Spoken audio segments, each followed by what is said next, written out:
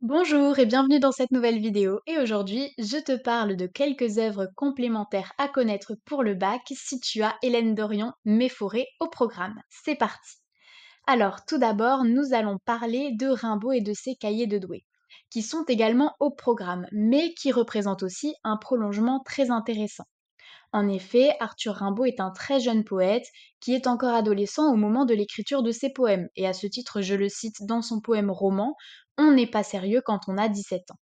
Rimbaud est en conflit avec sa famille et il mène une vie marginale. Il va se réfugier, notamment durant ses fugues, dans la nature, qui est présentée comme une figure maternelle, un lieu d'amour où il peut trouver la paix et le calme. Évidemment, tout cela est en lien avec le parcours, la poésie, la nature, l'intime, parce que Rimbaud retranscrit son expérience de la nature dans ses poésies. Et c'est dans la nature qu'il trouve son inspiration poétique, mais aussi qu'il apprend à se connaître. La nature rend donc possible l'expérience de soi, et cela, il va le retranscrire poétiquement. Nous pouvons maintenant passer au second recueil, qui est Les Contemplations de Victor Hugo. Recueil donc très important dans l'ensemble de l'œuvre de ce poète et qui va mêler plusieurs thématiques. Évidemment, tu t'en doutes, parmi ces thèmes, nous retrouvons la nature, la poésie et l'intime. La nature est au cœur des préoccupations, Victor Hugo en fait souvent l'éloge, il est épanoui quand il la contemple. Cette nature est reliée à la question de l'introspection, puisque l'auteur va étudier ses sentiments et ses émotions, qui sont aussi bien positifs lorsqu'il parle de l'amour, comme par exemple dans les deux premiers livres Aurore et L'âme en fleurs, qu'ils sont négatifs, comme par exemple dans le quatrième livre Pauca Meae, un ouvrage qui explore le deuil et la souffrance suite au décès de Léopoldine, sa fille.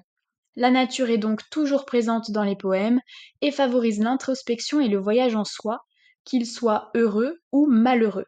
Et cela, la poésie peut en témoigner. Enfin, nous allons étudier un dernier recueil, intitulé Alcool et écrit par Apollinaire. Apollinaire propose une poésie très moderne qui partage de nombreuses caractéristiques avec celle d'Hélène Dorion. En effet, Apollinaire fait entrer la modernité en poésie, au niveau des thèmes abordés et du vocabulaire employé.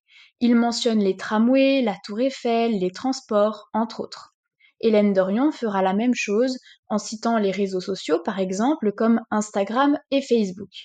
La poésie d'Apollinaire est donc une poésie très contemporaine qui donne une place au monde moderne en littérature.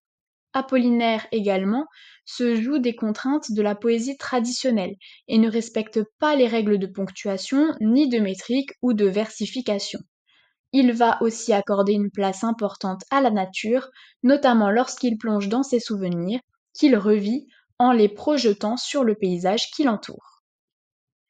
Et voilà, le cours du jour est terminé et je te dis à très bientôt dans une nouvelle vidéo.